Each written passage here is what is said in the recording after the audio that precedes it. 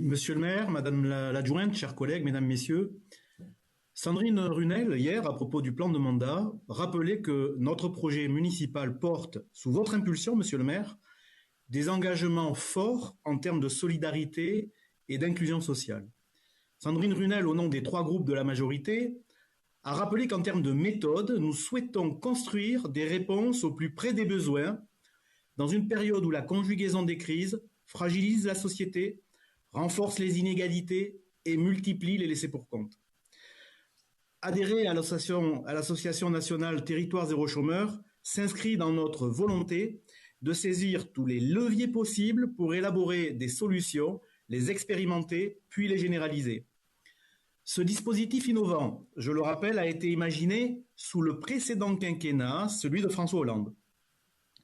Il repose sur le constat de territoires en souffrance où les solutions habituelles sont en panne et où il est nécessaire de mobiliser autrement toutes les énergies pour s'en sortir. Un territoire est en souffrance sous différents angles.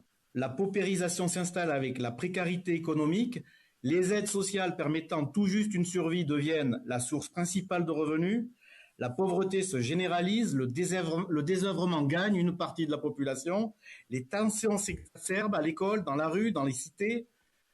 De mauvaises solutions s'installent quand les bonnes semblent en panne. Et du coup, la souffrance devient un manque et révèle des besoins. Sur un tel territoire, les solutions classiques sont en panne. L'expérimentation territoire zéro chômeur de longue durée commence par sortir de la précarité des chômeurs de longue durée, avec immédiatement un emploi en CDI qui leur redonne estime de soi et confiance à l'avenir. Les retours d'expérience montrent que cette pleine dignité produit des effets durables pour les personnes et pour les territoires concernés. Le tout, faut-il le rappeler, sans augmenter les dépenses publiques. Parallèlement, la structure d'accueil, forte de sa connaissance des besoins du territoire, besoins recueillis au plus près de ce territoire, construit une offre de prestations qui répondent à des besoins non satisfaits. Pour cela, elle mobilise tous les acteurs du territoire, services publics, associations, entreprises, habitants, et capitalise aussi sur les expériences menées sur les autres territoires, d'où l'intérêt d'adhérer à l'association nationale. Cette phase de mobilisation sur le territoire est primordiale, à la fois pour repérer les besoins non satisfaits et aussi pour lancer également une nouvelle dynamique qui brise la spirale infernale.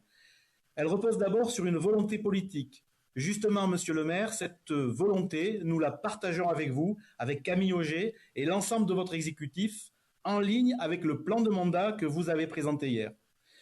Cette démarche nous paraît particulièrement pertinente dans le quartier de la Plaine-Santy. Le maire du 8e arrondissement, Olivier Berzane, a parfaitement compris son intérêt. Nous savons aussi qu'il a la volonté et la capacité de mobilisation qu'elle nécessite. Cher Olivier, nous y prendrons notre part.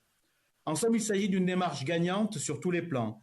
Gagnante pour les personnes bénéficiant du dispositif, bien sûr, mais aussi pour les acteurs économiques et associatifs qui pourront développer davantage leur activité et pour les habitants du quartier de la Plaine-Santy qui verront leur vie améliorée par des services attendus et adaptés. Nous souhaitons que la ville de Lyon s'engage pleinement sur ce dispositif afin qu'il réussisse et nous espérons qu'il puisse bientôt être plus largement déployé pour d'autres quartiers de notre ville, contribuant à conjuguer dynamisme économique et promotion des solidarités. Notre groupe socialiste, la gauche sociale et écologique, est bien sûr favorable à cette démarche et votera pour ce rapport. Je vous remercie.